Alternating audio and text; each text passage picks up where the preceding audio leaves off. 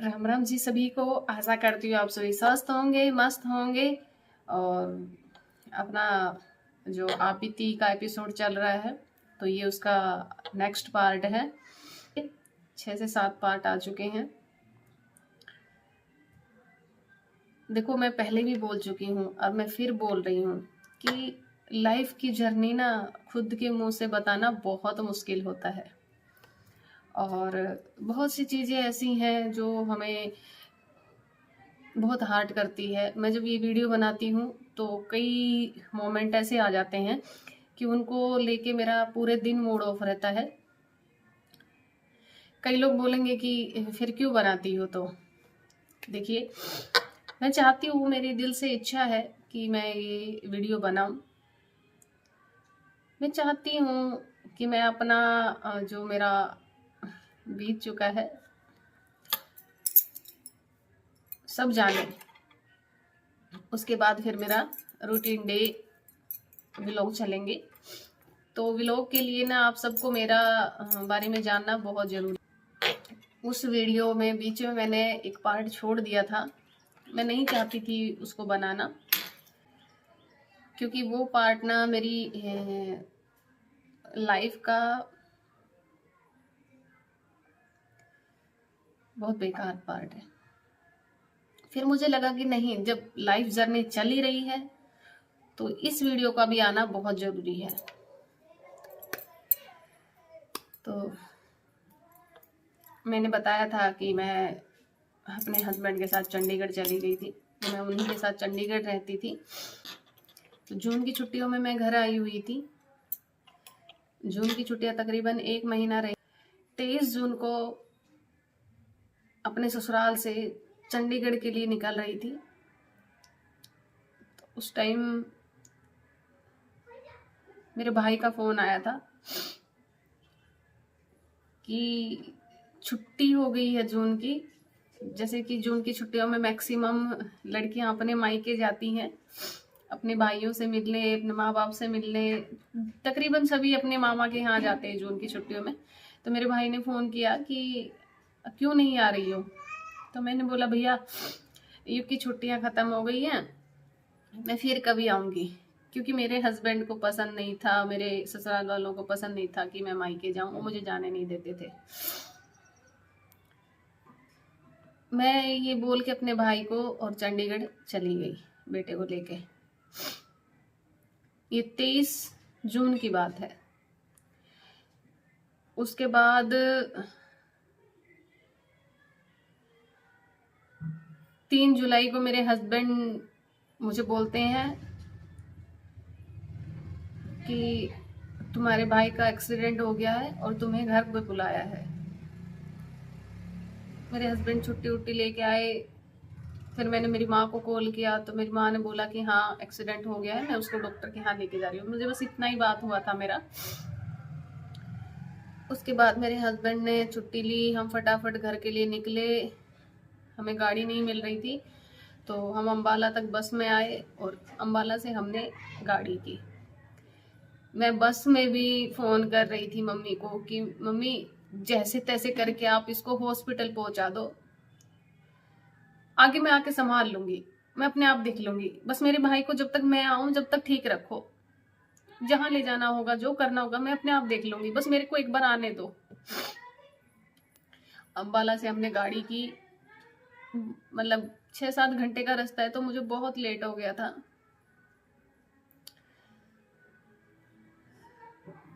मैं पूरे रास्ते प्रेयर करती आ रही थी कि बस एक बार वो, मैंने मम्मी को बोला कि मम्मी, रेवाड़ी में नहीं हो रहा है तो दिल्ली लेके जाओ, जहां मर्जी लेके जाओ।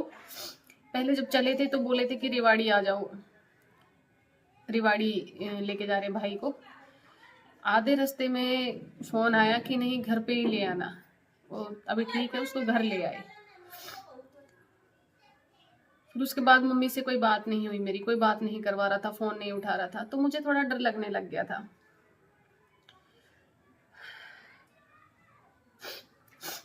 मैंने मान लिया था और अपने दिमाग में बिठा ली थी ये बात कि अगर वहां पे लोग खड़े होंगे बहुत सारे, तो समझ लेना तेरा भाई चला गया। अगर घर के बाहर कोई ना खड़ा मिले तो समझ लेना कि वो भी ठीक है। दूर से गाड़ी आई तो मुझे मेरा घर दिखाई देता है वहां से दूर से, तो वहां पे कोई नहीं था, तो मुझे लगा कि सब कुछ ठीक है, बस 1-2 लोग खड़े थे। मैं गई, मम्मी रोने लग गई बहुत जोर से। हाँ, 1-2 लेडीज भी बैठी थी। फिर हम समझ गए थे कि नहीं है। उसके बाद मेरी दुनिया उजड़ गई। पापा जाने के बाद में ना,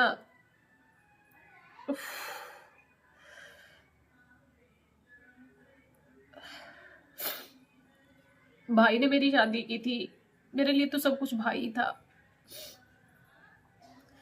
उस टाइम में इतना रोई थी कि काश मैं 23 तारीख को आ जाती।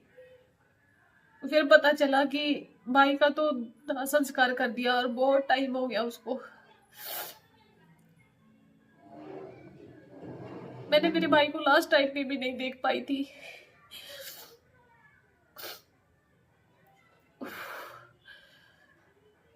मैं बहुत रोई थी, बहुत ज्यादा। और मैंने मेरे भाई को बहुत ढूंढा, पूरे घर में ढूंढा। हमारी डेयरी है, मैंने वहां पे भी ढूंढा कि मेरे को एक बार देखने दो मेरे भाई को।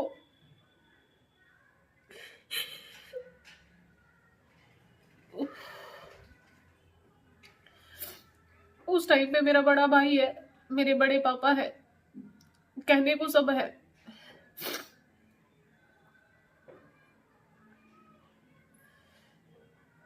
जैसे जैसे समय बीतता गया सब अपने घर चले गए, जो थोड़े बहुत बचे हुए थे। मेरे ससुर ने मेरे हस्बैंड को बोला कि बेटा चलो घर चलो, बहुत लंबे सफर से आए हो, जाके नहा धो लेना। उनके मुंह से ना एक बार भी ये नहीं निकला कि नहीं पापा मैं यहीं रहूंगा, इनके पास कोई नहीं है।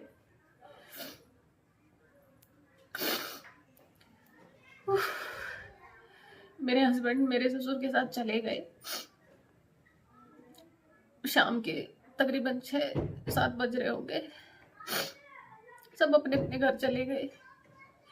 मेरे भाई की 2.5 साल की गुड़िया, 2nd क्लास में पढ़ता मेरा भतीजा, पागल की तरह घूमती हुई मेरी माँ, बीपी लो हो रहा मेरी माँ भी।